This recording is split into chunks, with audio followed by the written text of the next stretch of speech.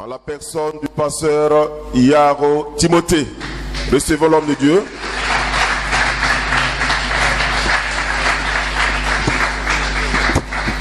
Oh.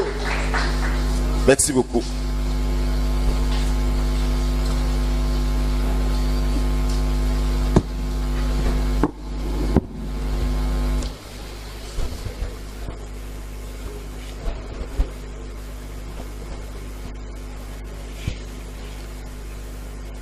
Nous bénissons le Seigneur pour sa grâce.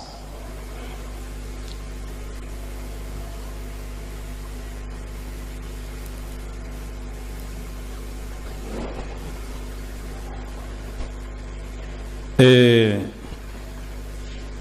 nous avions vu que nous avions plusieurs défis à relever.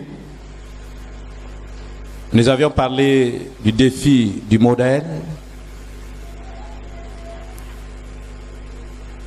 Que bien que le monde nous présente un modèle, mais pour nous, jeunes chrétiens, nous sommes appelés à donner un bon modèle, qu'il soit en parole, en conduite, en foi et en pureté. Nous avions parlé du défi de la rébellion croissante. Et nous avions dit qu'en tant que jeunes chrétiens, nous sommes appelés à fuir la rébellion. Et nous avions parlé du défi de la passion de la jeunesse. Et nous avions dit qu'en tant que jeunes, nous sommes appelés à fuir les passions de la jeunesse. Et par la suite, nous avions parlé du défi du complexe d'infériorité. Et nous avions dit qu'en tant que jeunes chrétiens, nous avons du potentiel.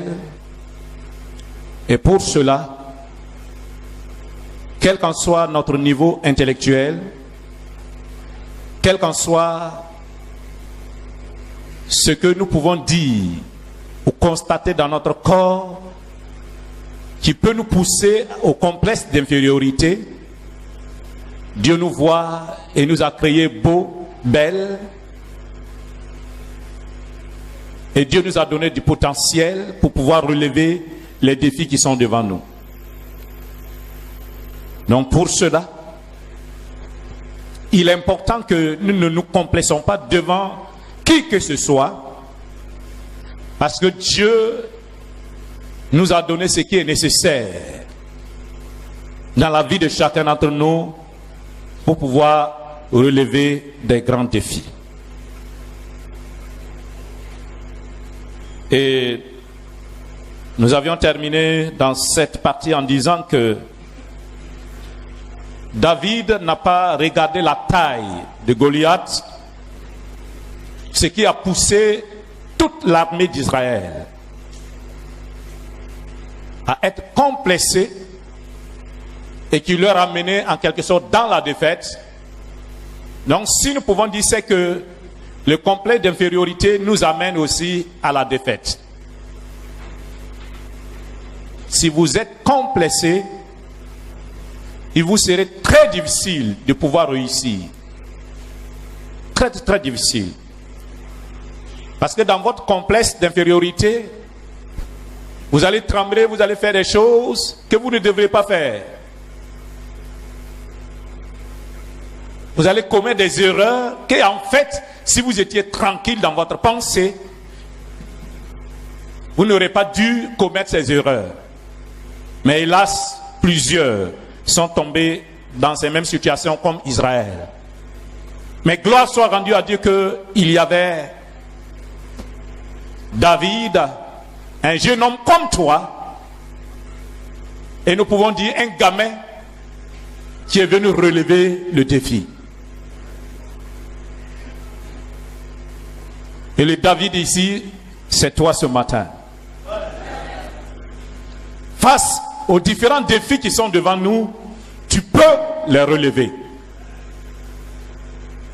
Parce que Dieu sait le potentiel qu'il a mis en toi. Et Dieu compte sur toi. Et en quelque sorte, pour qu'on puisse nous parler de nous, pour que nous puissions impacter, il fallait qu'il y ait un défi. S'il n'y avait pas ce défi, face à Goliath, et que David a relevé, bien qu'il ait reçu l'onction, mais ce serait difficile qu'on puisse connaître David. Mais c'est à partir de là, les gens ont commencé à chanter. Saül a tué 1000 et David a tué 10 000. Chaque personne cherchait à connaître qui est ce petit David qui a tué 10 000. Et de bouche à oreille, on dit, non, vous voyez, non, c'est ce petit-là.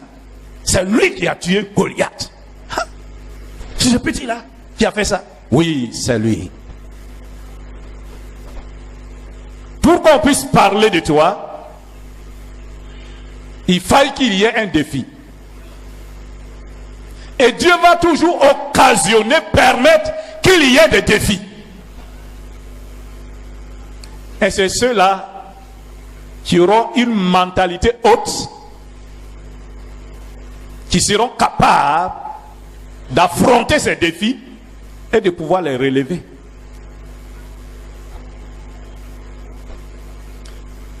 Dieu va dire à Jérémie, ne dis pas, je suis un enfant. Il ne faut pas dire, je suis un enfant, je suis très jeune. David était aussi très jeune comme toi. Jérémie était aussi jeune comme toi. Timothée était jeune comme toi.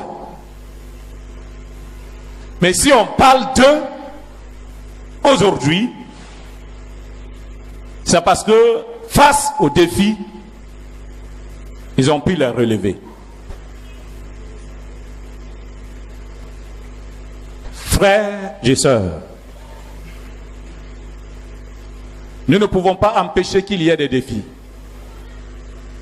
Mais face à chaque défi, c'est une opportunité pour chacun d'entre nous.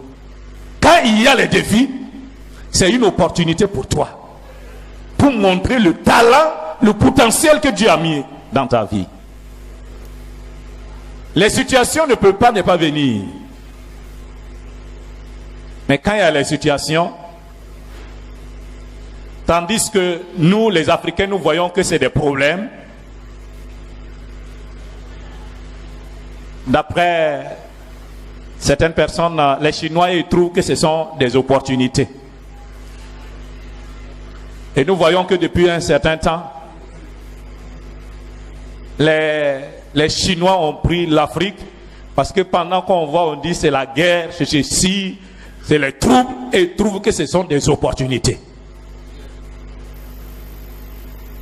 En tant que jeune chrétien, quand il y a plus de complications, il y a plus de problèmes, ce qui veut dire qu'il y a plus aussi d'opportunités.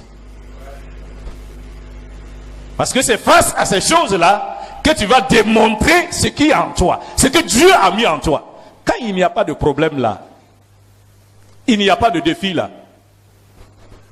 nous sommes tous la même chose. Les frères de David étaient au moins parmi l'armée d'Israël. C'était des soldats. David, lui, ne l'était pas. Mais il a fallu devant Goliath pour qu'il puisse démontrer que lui, là, il est plus préparé que même ceux-là qui sont allés en guerre en plusieurs reprises, qu'on les a enrôlés dans l'armée. On peut ne pas te considérer, te minimiser. Les gens peuvent ne pas te connaître. Mais Dieu sait ce qu'il a mis en toi. Et donc c'est pourquoi, bien-aimé, il est important que face aux différents défis, nous puissions démontrer ce que Dieu a mis en nous. Nous poursuivons Cinquièmement, le défi de la bonne gestion. L'Afrique est reconnue, est réputée par ses détournements de fonds.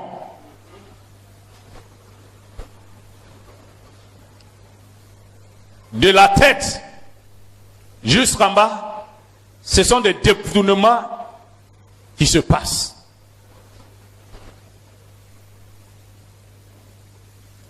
Dans les entreprises et au sein de l'État, nous pouvons constater ces mêmes choses. 2 jours, 3 jours, on dit, oh, il y a eu détournement. Les choses qui avaient été votées pour pouvoir faire, réaliser, on détourne ça, on met dans sa poche, et puis on circule. Et nous allons chaque jour de mal en pis. Ce sont des défis qui sont devant nous. En tant que jeunes chrétiens,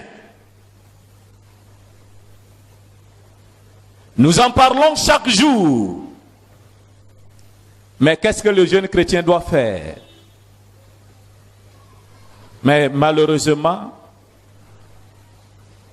c'est que quand le chrétien aussi se retrouve en face de ces choses, il dit, ah, comme tout le monde font les détournements, fait le détournement, donc moi aussi, je dois aussi faire. Mais est-ce qu'en réalité, cela doit être la même chose? Non. Nous pouvons voir l'exemple d'un jeune homme, Daniel, dans la ville de Babylone.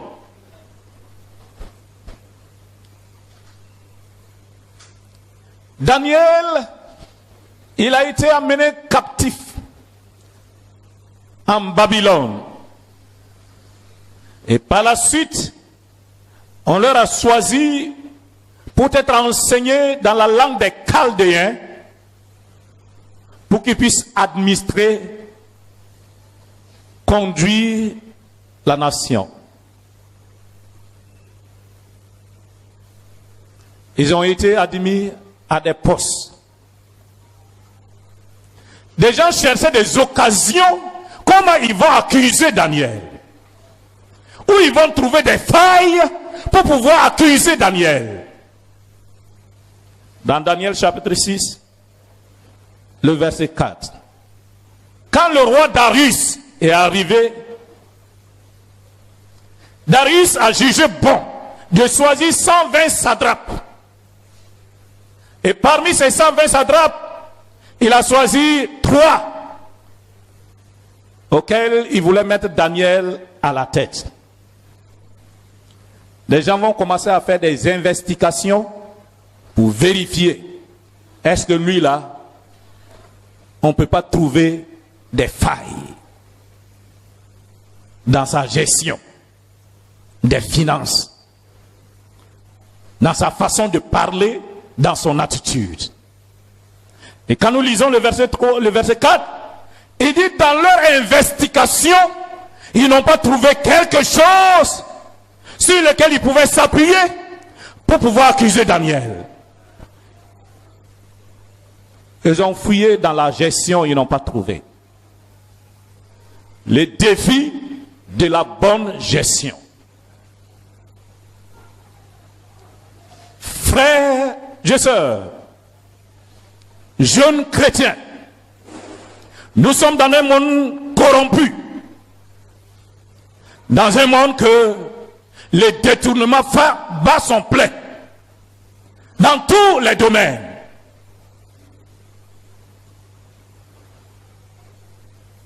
Qu'est-ce que le jeune chrétien doit faire?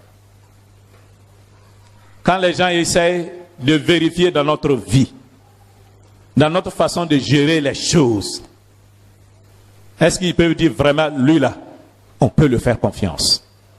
Quand les gens veulent des personnes pour pouvoir les confier des tâches de la gestion de la nation, est-ce qu'on peut dire, tel jeune est un homme fiable? C'est ça, bien-aimé. Nous ne pouvons pas empêcher les autres de ne pas faire les détournements. Mais tu peux t'empêcher de faire les détournements. Tu peux permettre qu'à partir de toi, ton entourage là, quand il veut faire les choses, il dit, ah, si c'est lui là, non, ne le parlez pas, parce qu'on sait que lui, il est catégorique. Il y a des chrétiens qu'on reconnaît. Quand certains veulent faire les détournements, ils ne le tiennent pas informé, parce que c'est là, si on le tient informé, l'affaire est gâtée. Oui, on doit vous reconnaître pour cela. Mais malheureusement, plusieurs personnes tombent là-dedans. Plusieurs chrétiens sont cités parmi ceux qui font les détournements. Mais en tant que jeune chrétien, c'est vous sur qui Dieu compte. Au XXIe siècle, où l'économie de l'Afrique est en train d'aller de mal en pis, alors Dieu compte sur nous pour pouvoir relever cela. Il se pourrait qu'aujourd'hui nous sommes en train de parler. Tu vas dire, bon, moi pour l'instant je ne gère pas un poste de finance, etc. Mais nous avions cette certitude. D'ici quelques années à venir, certains parmi vous seront parmi les décideurs, seront parmi les gens qui vont gérer les affaires de la nation, les affaires du continent. Et alors, c'est face à ces choses-là que Dieu est en train de te prévenir aujourd'hui.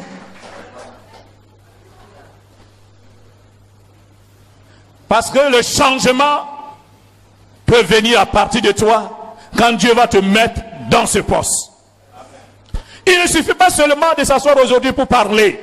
Oui, c'est bien vrai, il faut parler. Mais un jour, Dieu va permettre qu'il y ait ces opportunités. Et c'est en ce moment-là que Dieu va te demander de mettre en application ce que nous sommes en train de dire aujourd'hui.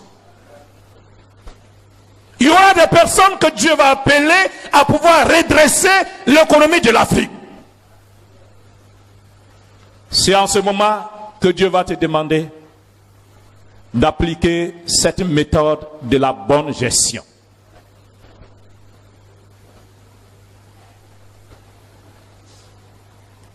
Tu peux me dire, bon, moi je suis encore élève, je suis encore étudiant.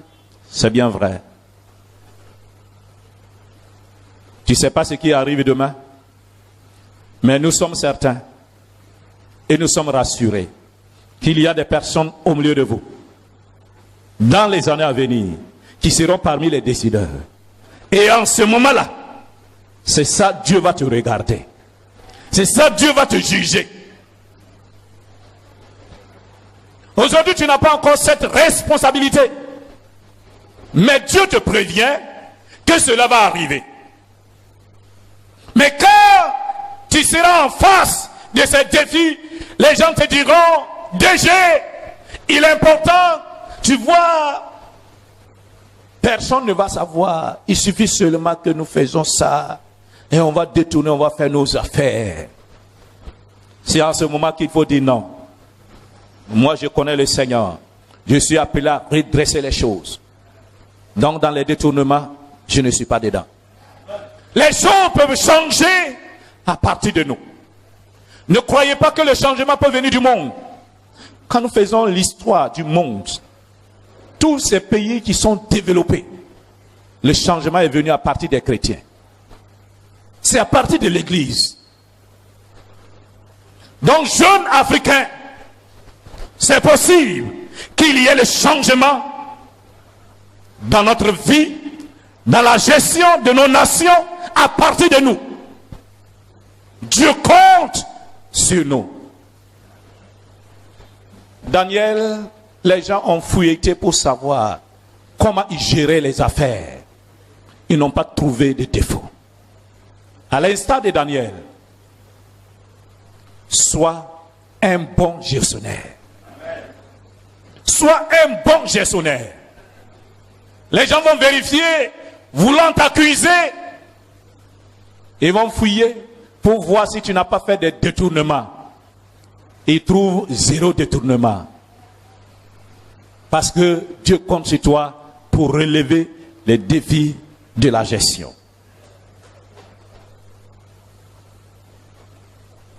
Mais malheureusement, aujourd'hui, il est difficile de recommander certaines personnes. Difficile de le faire. Parce qu'il n'y a pas de crédibilité dans la vie des frères. Nous voyons que quand la veuve est venue vers Élisée, dont son mari faisait partie aussi des prophètes et qui est décédé, qui a laissé des dettes, Élisée a dit à la femme, va demander assez de vases. Il l'a recommandé d'aller demander assez de vases. Mais il y a des personnes ici, tu ne peux pas les recommander à quelqu'un. Parce que si tu les recommandes, toi-même là, après là, tu vas regretter cela. C'est ce qui fait qu'aujourd'hui, l'Église a des problèmes. Souvent, il y a des opportunités. Mais qui trouver? Qui confier? Qui envoyer?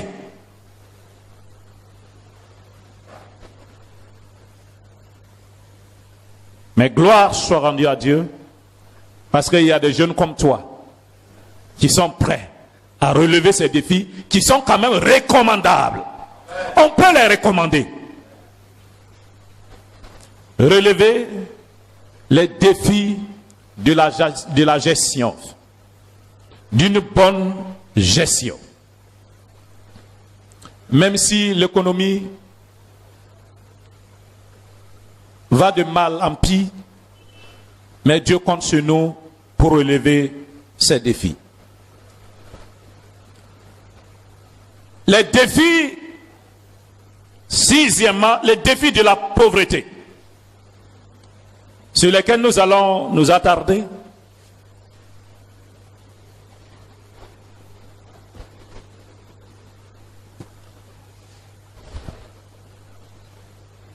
Souvent, j'ai mal au cœur lorsque j'entends, on dit l'Afrique est un pays pauvre. J'ai vraiment mal.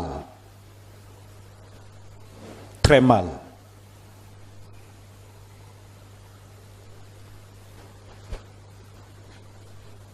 Quand vous prenez ici, si vous voulez arranger un coin ici, vous allez mettre de la banane. Ici, dans un an, ça devient de la nourriture, vous mangez.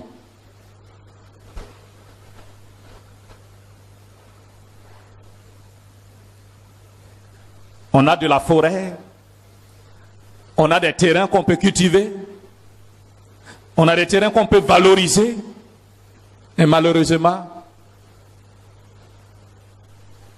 on dit pays très pauvre, on est déclaré à la PPTE, pays très pauvre et très endetté.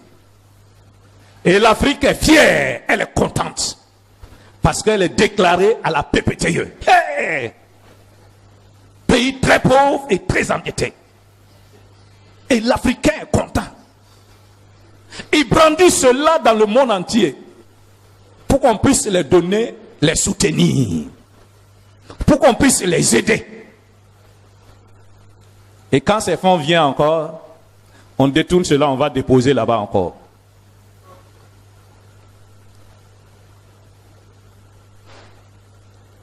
Dans les années 1960, plusieurs pays étaient aussi au même stade que plusieurs pays africains.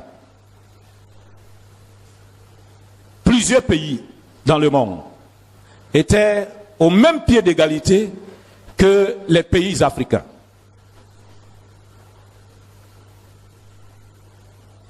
Que ce soit dans les économies et autres, ils étaient à peu près les mêmes choses. Mais ces pays se sont développés. Mais l'Afrique a sombré. Si vous permettez de prendre l'exemple d'un pays, la Corée du Sud, dans les années 1960, qui était au même pied d'égalité que la Côte d'Ivoire.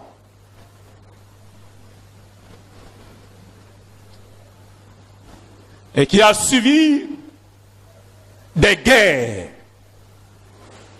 et qui a tout détruit dans ce pays.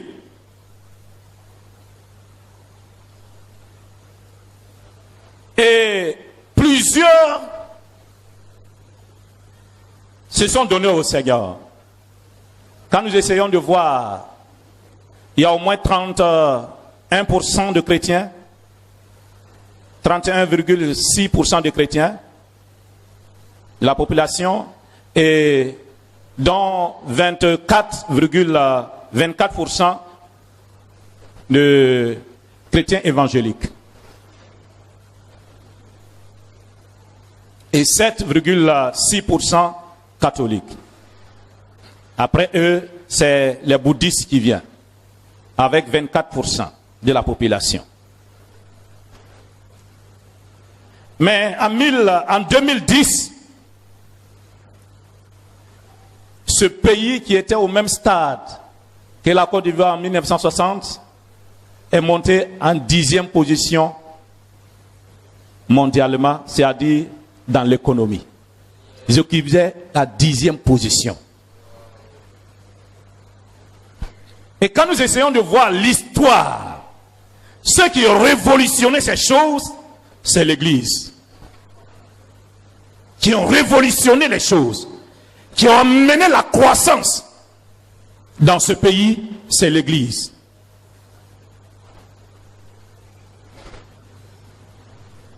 Qu'est-ce que nous, les chrétiens africains, nous faisons? Quand nous déclarons notre pays comme pays pauvre et très endetté, qu'est-ce que l'Église fait? Qu'est-ce que, en tant que jeunes chrétiens, nous faisons pour que la pauvreté change en Afrique? Nous sommes d'accord. Nous disons, c'est Dieu même qui a voulu que nous soyons pauvres. Quand on dit on est pauvre, on est d'accord, on est fier. Mon frère, si toi tu es fier, moi je ne suis pas. C'est comme ça, nous sommes nés, nous avions trouvé ça comme ça. Oui, tu es né, tu as trouvé ça comme ça. Mais tu as ta place. Tu as ton mot à dire. À partir du moment que tu es dans cette nation-là, tu es dans ce continent-là, tu as ton rôle à jouer pour que la pauvreté change et que nous arrivons à la croissance. C'est possible. Si les autres nations, au départ, qui sont parties comme nous, sont arrivés à partir des chrétiens, nous aussi nous pouvons. Et Dieu compte sur chacun d'entre nous ce matin pour changer cela.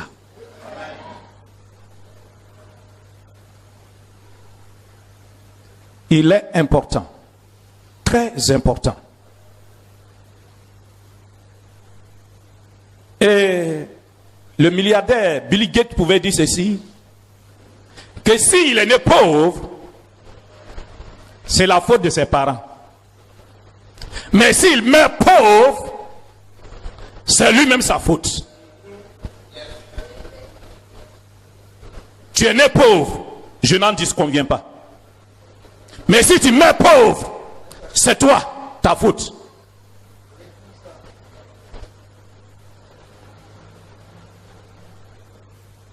Donc il ne faut pas t'asseoir toujours pour dire moi je n'ai personne. Il y a des personnes qui manifestent ce syndrome de Bethsaïda. C'est-à-dire à Bethsaïda, Jésus est arrivé, il a vu ce malade qui était couché depuis 38 ans. 38 ans, toi tu es couché là. Auprès de la piscine. Jésus lui pose la question, veux-tu être guéri? Il dit, je n'ai personne. 38 ans. C'est pas 38 jours, 38 ans. Toi, tu es couché là. Tu es malade. Tu dis non, je n'ai personne pour m'aider. Avant que moi je n'arrive, les gens ont jeté quelqu'un déjà. Quand l'ange descend, il remet l'eau là. Avant que moi je n'arrive, ils ont jeté quelqu'un. Je n'ai personne. Plusieurs Africains agissent de la même manière. Et plusieurs jeunes d'entre nous, nous agissons de la même manière. Nous disons, je n'ai personne. Qui va m'aider? Oui, frère, sœur, tu vas rester pour dire que qui va t'aider là? Personne ne va t'aider. Tu n'as personne, non? Il n'y aura personne aussi pour t'aider. Mais toi-même là, tu es une personne. Toi-même, tu es une personne. Et à partir de toi là, les choses peuvent changer. Mais malheureusement, nous avons beaucoup d'intellectuels. Nous avons beaucoup de personnes qui ont été instruites et qui vont déposer des diplômes pour chercher du travail. On dit ingénieur. Et c'est lui qui va déposer, celui qui doit créer travail là. Lui, il va aller déposer dossier pour chercher du travail.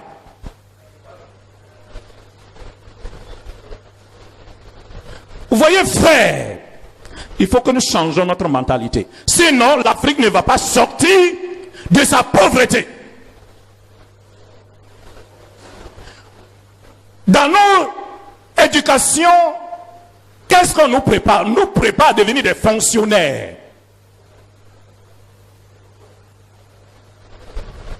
On ne nous prépare pas à être des employeurs, mais à être employés. Tu vas poser la question à des étudiants. Ah, qu'est-ce que tu veux faire? Je dis, ah, c'est que je suis en train d'étudier. Quand je vais finir là, je vais voir. Ah.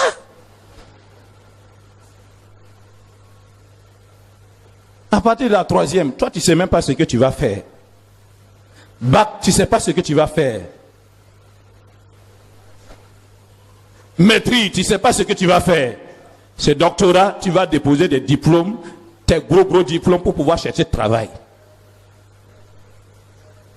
Et nous voulons que les choses changent. C'est impossible. Notre éducation nous conduit à être des fonctionnaires. Et quelqu'un pouvait définir les fonctionnaires, un fonctionnaire en disant que c'est quelqu'un qui fonctionne par des nerfs. À savoir, vers la fin du mois, ils sont toujours tendus pour recevoir les miettes. Donc, ce qui fait que vers le 20 du mois comme ça là, ils sont surtout sur les nerfs. Tous les énervent. Parce que il est endetté et il attend à la fin du mois pour prendre son petit salaire, payer les dettes, et ici le 15 encore, il va reprendre. C'est pourquoi tandis que dans les pays occidentaux, on demande qu'on diminue l'âge de la retraite, en Afrique, nous on demande qu'on l'augmente. À cause de quoi? Parce qu'il s'en rend compte que l'âge de la retraite est proche, mais il n'a rien fait. S'il revient à la retraite là, il n'a pas mangé. Mais pendant qu'il était en fonction, il a un véhicule de travail, il a une maison, mais maintenant la retraite est proche. Toutes ces choses-là, véhicule, on va l'arracher. La maison là, on va le vider. Il faut maintenant te prendre en charge. Il se rend compte que c'est chaud. Et tant que vous et moi, nous n'essayons pas de revoir, l'Afrique ne va pas changer. C'est possible que l'Afrique change si nous, Église, nous essayons de revoir les choses. C'est possible que l'Afrique quitte la pauvreté si nous nous en rendons compte que les choses doivent changer.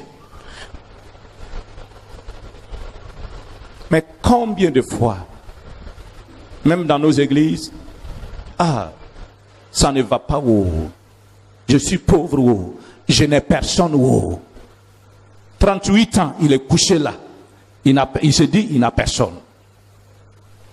Quand même, tu ne pouvais pas te coucher à côté là.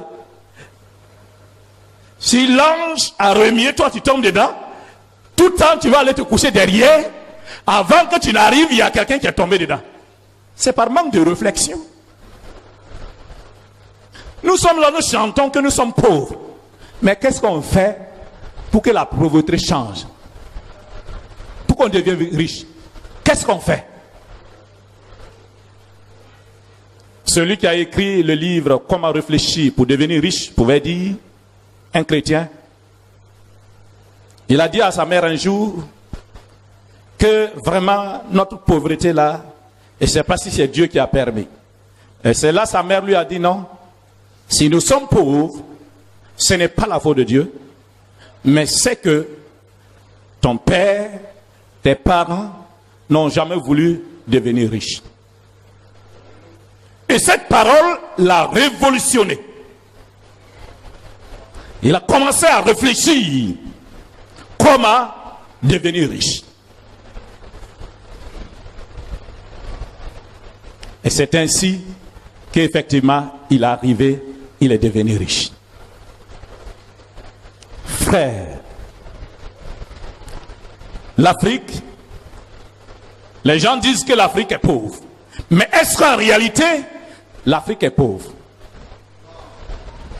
Si la Corée du Sud a pu, au travers des chrétiens, changer son économie, de pays pauvres sont arrivés à un pays émergent, dont la croissance est arrivée à 8%.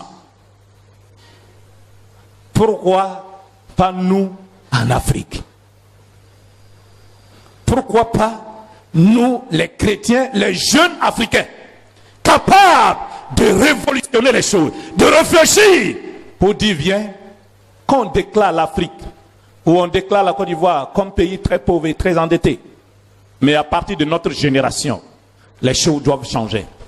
On n'appellera plus la Côte d'Ivoire pays très pauvre et très endetté. Parce que nous avions pris la résolution de changer, que notre pauvreté, de la pauvreté, nous devenions riches. C'est possible d'y arriver. Et Dieu compte sur toi. Il sait que tu as la capacité. Il sait que tu as le potentiel nécessaire de le faire. Dieu sait que tu peux le faire. Il sait que tu as la sagesse. Tu peux le faire. Il suffit seulement de t'asseoir et de réfléchir. Il suffit seulement de réfléchir. Et Dieu va ouvrir tes yeux. Dieu va ouvrir ta compréhension. Et tu verras que là où les autres ne voient pas, toi tu seras capable de voir. C'est ce qui fait la différence du chrétien. Il y a les choses que les autres ne peuvent pas voir. Mais en tant que chrétien, quand tu réfléchis, tu pries le Seigneur, Dieu ouvre tes yeux. C'est pourquoi les chrétiens ont pu impacter dans les autres nations. On peut changer, révolutionner les choses.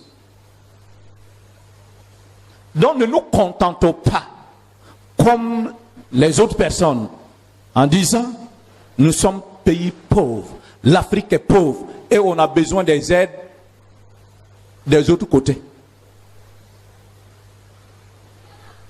On a besoin toujours des aides des autres côtés. Non. En principe, là, l'Afrique n'a pas besoin de ces choses. Il y a des cadres, il y a des intellectuels. Mais malheureusement, ils apprennent cela, ils mettent dans leurs poches et ils sont assis, c'est pour faire les détournements. Ce qu'on doit faire là, on ne le fait pas. Mais à partir de notre génération,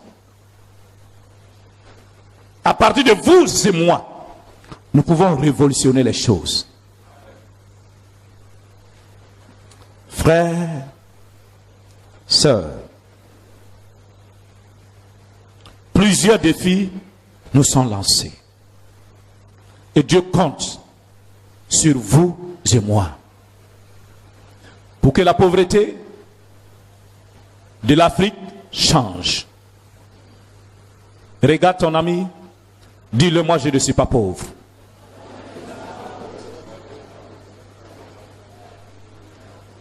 Dis-le encore, je ne suis pas pauvre. Je refuse la pauvreté. Refusons la pauvreté, frère. Tant que nous n'avions pas pris la résolution de refuser cette pauvreté, nous allons continuer à demeurer dans la pauvreté. Pourtant, nous avons tout en Afrique. Tout en Afrique. Nous avons tout en Afrique. Mais malheureusement, l'Afrique ne s'en rend pas compte, pense qu'elle est pauvre, elle continue à subir de la pauvreté.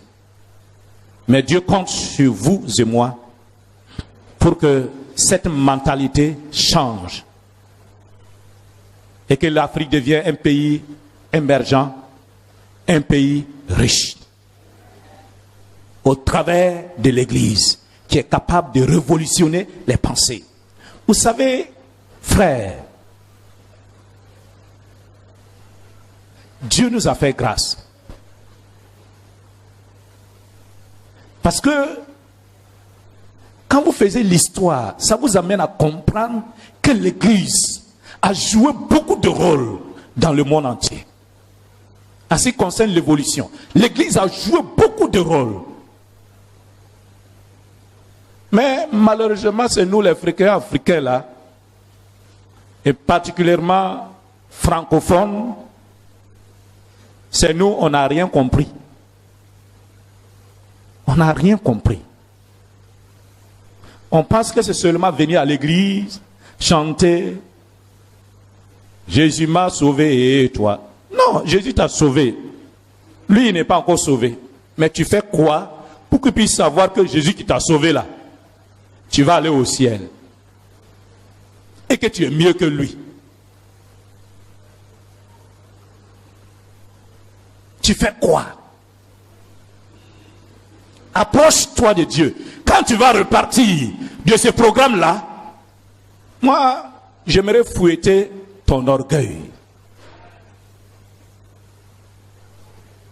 Pour dire non, les choses doivent changer. J'ai ma place dans la nation. Si Dieu a permis que je sois en Côte d'Ivoire, j'ai ma place. Dieu a permis que je sois en Afrique, j'ai ma place. J'ai mon rôle à jouer. Prenons l'exemple du temple. À supposer que le mur qui a été construit s'il n'y avait pas une brique à quelque part. Nous allons voir au dehors, non? Mais le fait que toutes les briques se sont jointes, on ne voit pas dehors. Tu es une brique en Côte d'Ivoire. Tu es une brique en Afrique. Tu as ta place en Afrique. Dans ta famille là, tu as ta place. Il suffit que tu acceptes, que tu ouvres tes yeux et tu sauras là où tu vas positionner. Et quand tu te positionnes là, la brèche qui devait être ouverte sera fermée. Je ne sais pas si vous me comprenez, frère. Je ne sais pas si l'église, si la jeunesse arrive à me comprendre. C'est possible de changer quand nous acceptons que notre nefesh soit transformé. Tant que nous n'acceptons pas cela, notre intérieur est transformé, nous allons toujours subir. Nous allons prier, nous allons jeûner. Mais frère,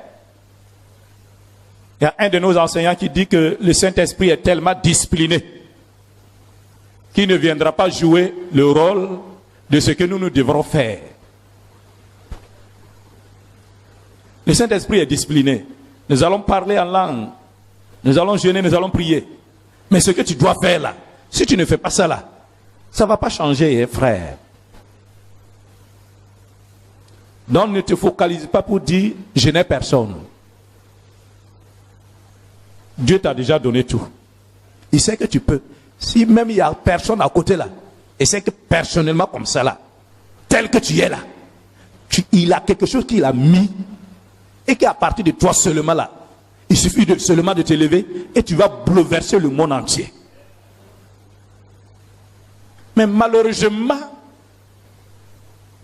comme ce monsieur qui a reçu les 1 talent, on a pris cela et puis on a enterré et puis on est calé là. On parle à l'âme, le Kodoko Gada. Oui, le Kodoko Gada va parler. Mais à partir du moment que ce que Dieu t'a donné là, tu ne te lèves pas pour valoriser cela. Tu vas toujours rester inactif. Tu ne vas pas produire des fruits. Tu ne vas pas bouleverser ta nation.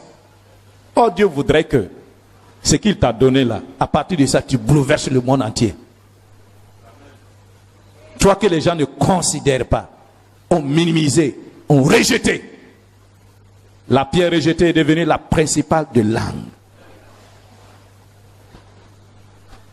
Frères et sœurs, les défis de la pauvreté minent l'Afrique. Mais Dieu compte sur vous et moi pour que l'Afrique puisse sortir de sa pauvreté.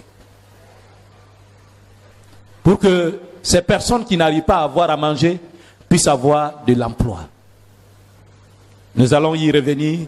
Que le Seigneur nous bénisse et que sa grâce soit sur nous. Nous allons baisser la tête et nous allons prier le Seigneur. Nous te rendons toute la gloire à notre Père. Nous te rendons toute la gloire à Adonai. Nous te rendons toute la gloire, le Dieu vivant.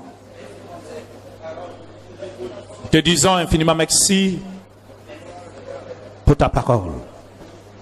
Seigneur, nous avions besoin de toi. Oui, tu as mis du potentiel dans ma vie. Dans la vie de mon frère, dans la vie de ma soeur. Tu sais qu'il peut, Seigneur. Oh, yes, he can't wait. Yes, heart. We ain't shikadaba how to way, Bluria Sakambaon. Fade the leve she and the blue father cambaraba way. Diora hayang sekedebe yunt bluri. Ye at the bow so the home payan the gate. We understand the found leave church. You the brief falanta cambara way in the blue. Ye the say brief fabalaita. You the heavy side of blue, pie on the care of booty of fire. So the heavy. So heavy. Je bénis ton nom, Seigneur Dieu. Merci parce que tu nous as appelés pour nous instruire. Et pour dire à quelqu'un ce matin qu'il a du potentiel. Qu'il peut réussir. Il peut changer sa génération. Il peut amener sa nation à la croissance, à sortir de la pauvreté et de la misère. Oui, Seigneur, tu comptes sur nous. Tu ne comptes pas sur les Occidentaux pour le faire, mais tu comptes sur l'Église pour le faire. Oui, nous nous remettions entièrement en ta main. Nous avions besoin de toi, l'Éternel Dieu. Oriente-nous. Oriente-nous, Seigneur. Toutes ces personnes dont tu as qualifié pour le faire, je prie, Seigneur, de les orienter. Je prie de les soutenir. Je prie, Seigneur éternel, d'ouvrir les yeux. Qui ne se focalise pas pour dire, je n'ai personne. Mais aide chacun à développer le potentiel que tu as déposé en lui. Sois béni, Seigneur, au nom de Jésus-Christ. Amen. Que le Seigneur vous bénisse. Et que sa grâce soit sur vous. Gloire à Jésus-Christ.